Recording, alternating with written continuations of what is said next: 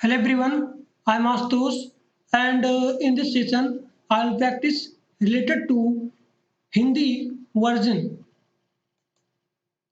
In previous lecture, class 1 and class 2, I will practice how to version Hindi, how to development of Hindi.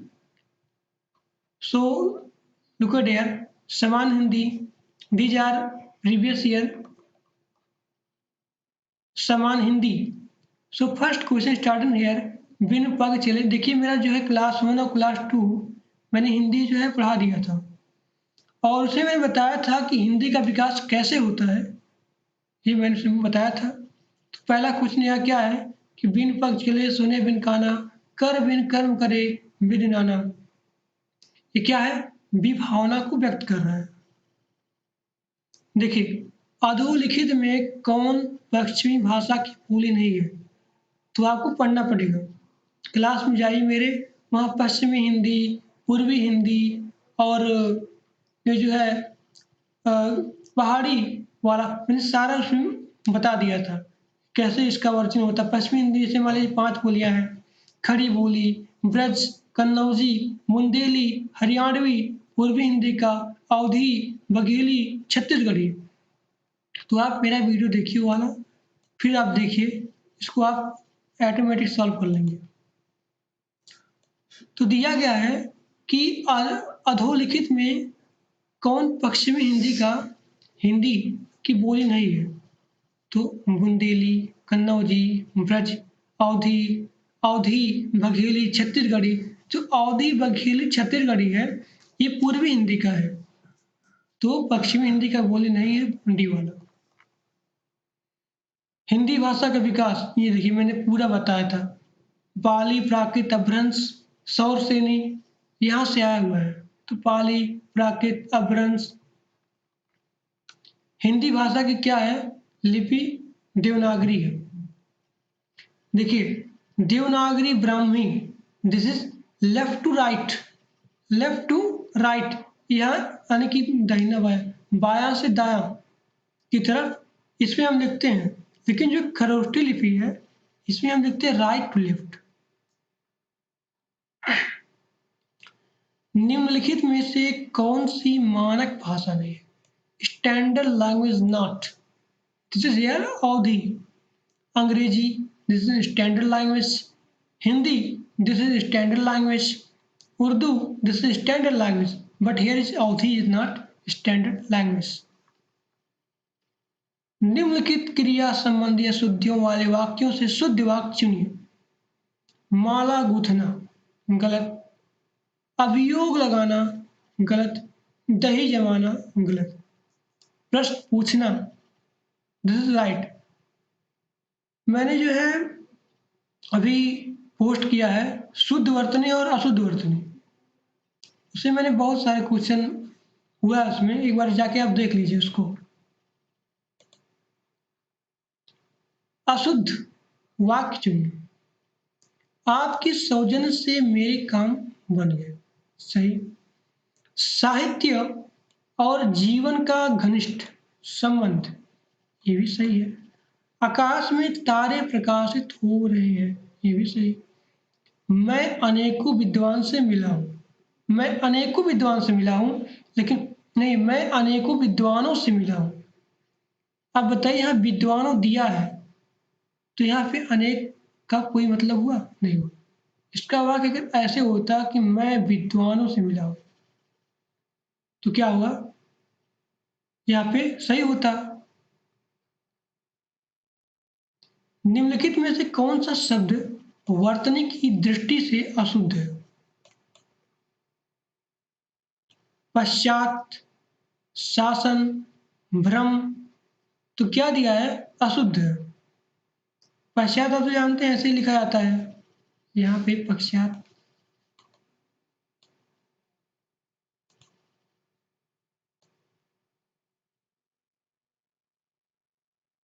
हंसी, हंसी आपका ऐसे नहीं होता, ऐसे करके होता है हंसी, ये वाला। तो सी वाला आंसर क्या हुआ, गलत है। पदार्थ की यथार्थ अथवा कल्पित ध्वनि को ध्यान में रखकर जो शब्द बनाए गए हैं वह कहलाते हैं अनुकरणवाचक। पदार्थ की यथार्थ अथवा कल्पित ध्वनि को ध्यान में रखकर जो शब्द बनाए गए हैं वो कहलाते हैं अनुकरणवाचक। निम्नलिखित में तद्भव शब्द इसमें से कौन है? बावली है। अच्छा, तद्भव किसे कहते हैं? तद्भव और तत्सम, तो जो तत्सम वाला होता है, ये जान लीजिए कि जो संस्कृत लैंग्वेज होती है वही जो तत्सम होती है, और संस्कृत का चेंज होता है वही हमारा तद्भव होता है। या फिर ऐसे आप जान लीजिए, अगर आपको ट्रिक जानना है तो तत्सम जो आप बोलेंगे कोई भी शब्द, तो उसको बोलने में क्या होगा, कठिनाई आती है बोलने, लेकिन जो तद्भव वाला शब्द होता है उसको आपको बोलने में कोई भी प्रॉब्लम नहीं होगी, आप आराम से उसको बोल देंगे। तो कौन सा आपका आंसर है? बावली। निम्नांकित शब्दों में से एक शब्द कल्प वृक्ष का पर्यायवाची नहीं है। मैं पर्यायवाची का बहुत सारा क्वेश्चन लेके आया हूँ यूट्यूब, बहुत सारा क्वेश्चन, आप एक बार जाइए उसको देखिए। कल्प वृक्ष का पर्यायवाची नहीं है, तो कल्प द्रुम ये है, कल्प तरु ये भी है, कल्प भू। मैं इसमें ट्रिक बताया था कि जो कल्प वृक्ष है, कल्प वृक्ष का जो सिनोनिम्स होता है, पर्यायवाची होती है, उसका ट्रिक में बताया था कि कल्प में जितना भी आता है कल्प उसके सामने आता है जस्ट पहले ही। यहाँ भी कल्प, यहाँ भी कल्प, यहाँ भी कल्प। संयुक्त शब्द का विलोम वियुक्त, छोटी की मात्रा है वियुक्त। एक बार क्वेश्चन आया हुआ था कि वियुक्त का शुद्ध वर्तनी क्या था? वियुक्त एक शब्द से दूसरे शब्द बनाने की प्रक्रिया को, एक शब्द से दूसरा शब्द, तो रचना। अपील शब्द, अपील, ये क्या है? विदेशज। लालटेन शब्द, लालटेन हमारा भाषा थोड़ी ना है, ये विदेशज है।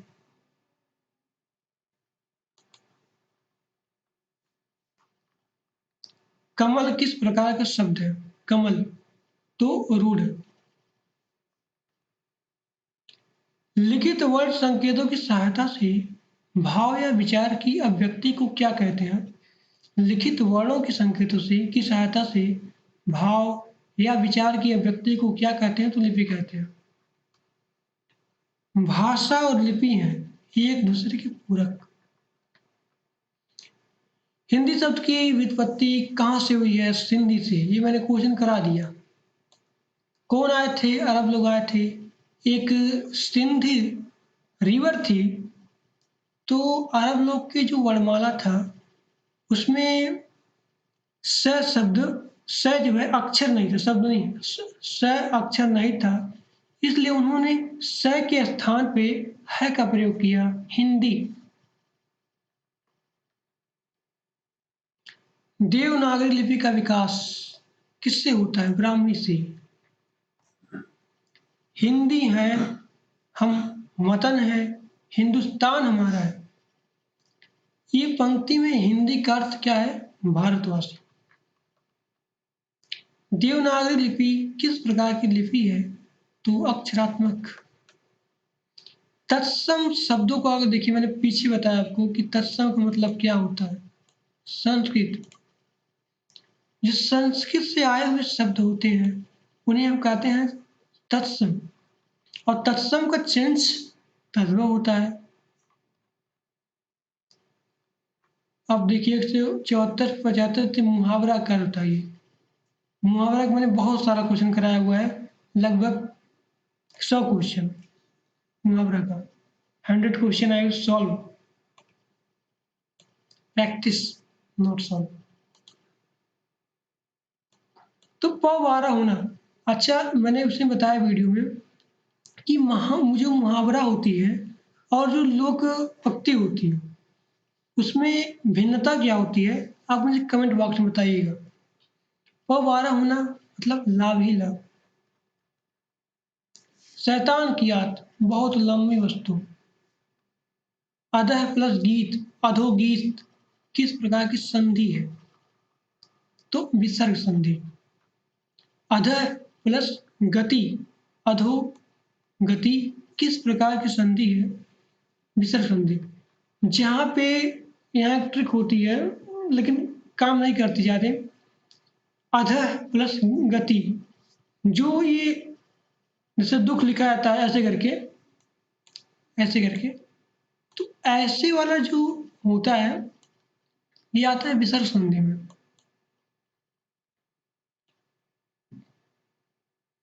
प्रत्यय जो लिखा है प्रत्युत पन्नित शब्द में प्रयुक्त उपसर्ग क्या है?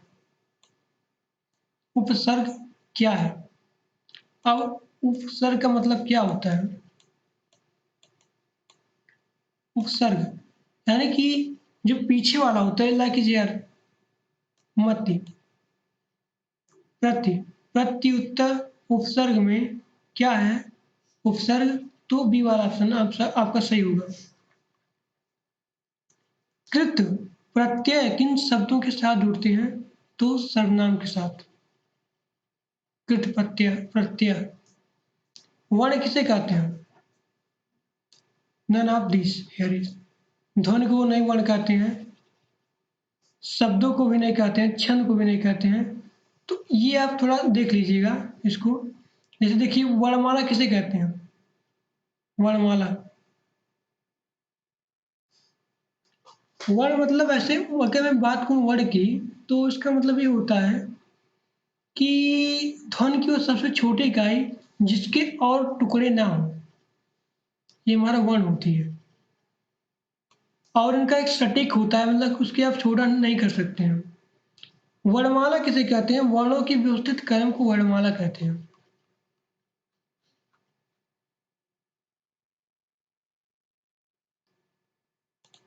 क्वेश्चन ही थोड़ा भिखारी है। अनुनासिक व्यंजन कौन से होते हैं? वर्ग के पंचाक्षर, पंचमाक्षर। जैसे मैं बोलता हूँ नाक में, कोई अगर मैं बोलूँ, अगर मैं अनुनासिक, अनुनासिक में नाक और मुख से दोनों से बोला जाता है। अनुनासिक व्यंजन कौन से होते हैं? तो वर्ग के पंचमाक्षर। वर्णमाला वाला टॉपिक आप देखिए, समझ में आएगा। समास का शाब्दिक अर्थ क्या होता है? समास का शाब्दिक अर्थ होता है, अर्थ यहाँ क्वेश्चन गलत दिया गया है। यहाँ लिखना चाहिए कि समास का शाब्दिक अर्थ नहीं है, तो विग्रह नहीं है। विच्छेद, विस्तृत, संक्षिप्त ये होता है, लेकिन विग्रह नहीं है। देवासुर, देवासुर, जो देवासुर है ये कौन सा समास है? तो द्वंद्व समास। आप मुझे बताएंगे कि कौन तत्पुरुष समास और द्विगु समास, बहुब्रीहि समास। द्विगु समास में आप ये जोड़ लीजिए कि आप बताइए कमेंट बॉक्स में, ताला और चाबी, ताला और चाबी कौन सा समास है? छछूंदर के सिर में चमेली का तेल, मतलब अयोग्य व्यक्ति को उत्तम पद मिलना। हंसुए के ब्याह में खुरपे के गीत, असंगत बातों में असंगत बातें करना। नीम हकीम खतरे जान, अल्प ज्ञान भयंकर।